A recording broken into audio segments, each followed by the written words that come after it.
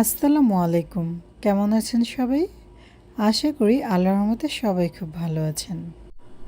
যারা ভর্তা লাভার তাদের জন্য আজকে আমার এই ভিডিও। গরম গরম ভাতের সাথে ধনেপাতা ভর্তা খেতে কার কার ভালো লাগে অবশ্যই কিন্তু কমেন্টে জানাবেন। তো চলুন দেখে নিই ধনেপাতার এই ভর্তার রেসিপিটি। এখানে আমি 1 আঁটি ধনেপাতা নিয়েছি। এখানে 30 টাকার আছে ধনেপাতা। আপনাদের প্রয়োজন অনুযায়ী কম বেশি নিতে পারেন অবশ্যই। এখানে আমি ধনেপাতার আঁটি থেকে সুতাটা আগে ছাড়িয়ে নিলাম। এখন আমি ধনেপাতা নিয়ে একটা একটা করে এভাবে গোড়া ফেলে দিয়ে এবং হলুদ পাতাগুলো ফেলে দিয়ে পরিষ্কার করে বেছে নিব, কারণ ধনেপাতার ভিতরে কিন্তু অনেক হলুদ পাতা থাকে এবং অনেক সময় ঘাসও থাকে। তো এগুলো সব কিছু আমি পরিষ্কার করে নিয়ে দেন আমি ধুয়ে নিচ্ছি। ধনেপাতাগুলো বেছে যে এইভাবে পরিষ্কার করে নিয়েছি। এটাকে আর আমি টুকরো টুকরো করে কেটে নিচ্ছি না, যেহেতু আমি এটা ব্লেন্ডারে ব্লেন্ড করে নেব। আপনারা যারা পাটায় বেটে ভর্তা করবেন তারা কিন্তু অবশ্যই ধনেপাতাগুলো কেটে একটু ছোট করে নেবেন, এতে করে বাটতে সুবিধা হবে। এখন আমি এটা ধুয়ে নিচ্ছি, ধুয়ে তারপর আমি কড়াই ভেজে নিচ্ছি। এখানে চুলায় আমি একটা কড়াই দিয়েছি। এই কড়াইয়ের মধ্যে আমি এখন দিয়ে দিচ্ছি সরিষার তেল 4 টেবিল চামচ পরিমাণ।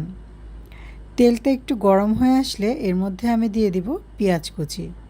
এখানে আমি 3টা বড় সাইজের পেঁয়াজ নিয়েছি, এটা কুচি করে নিয়েছি। আর দিয়ে দিব একটা রসুন।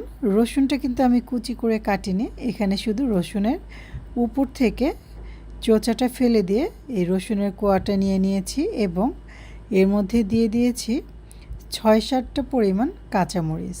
এখন আমি রসুন এবং কাঁচামরিচটাও কিন্তু পেঁয়াজের মধ্যে দিয়ে দিয়েছি। কাঁচামরিচ, রসুন এবং পেঁয়াজটা আমি একসাথে ভেজে নেব। এগুলোকে আমি লাল লাল করে ভেজে নেব, তবে খেয়াল রাখতে হবে পেঁয়াজটা যেন আবার বেরেস্তার মতো মচমচে না হয়। পেঁয়াজ রসুনগুলো ভাজা হয়ে গেল। এখন আমি এর মধ্যে দিয়ে দিচ্ছি ধনেপাতা। আমার এই কড়াইটা কিন্তু বেশি একটা বড় না, তো এই জন্য আমি ধনেপাতাগুলো সব একসাথে দিতে পারছি না, তবে একসাথে না দিলেও কিন্তু কোনো সমস্যা নেই। ধনেপাতাটা দেওয়ার পর দেখা যাবে যে একটু কমে আসছে, তখন আমি বাকিগুলো দিয়ে দিব। আর আপনাদের কড়াইটা যদি বড় হয়ে থাকে আপনারা অবশ্যই একসাথে দিবেন। এইভাবে আমি ধনেপাতাগুলো ভালোভাবে ভেজে নিচ্ছি। ধনেপাতা ভাজতে কিন্তু খুব বেশি একটা সময় লাগে না, 5-6 মিনিটের মতো ভাজলে এটা খুব ভালোভাবে সিদ্ধ হয়ে যায়। তো আমি আর অল্প কিছুক্ষণ নাড়াচাড়া করে এটাকে আমি চুলা থেকে নামিয়ে নিচ্ছি। ধনেপাতাগুলো ভাজা হয়ে গেলে এটা চুলা থেকে নামিয়ে কিছুক্ষণ আমি ঠান্ডা করে নিয়েছি। এখন আমি ব্লেন্ডারের একটি জারের মধ্যে দিয়ে দিচ্ছি। যেহেতু ব্লেন্ড করব এই জন্য এটা কিন্তু গরম অবস্থায় মোটেও ব্লেন্ড করা যাবে না। ধনেপাতা ব্লেন্ড করার সময় আমি কিন্তু কোনো রকম পানি ইউজ করব না। এখন আমি এখানে দিয়ে দিচ্ছি লবণ। আর লবণ কিন্তু এখানে আমি 1 চা চামচের চেয়ে কিছুটা কম দিয়েছি।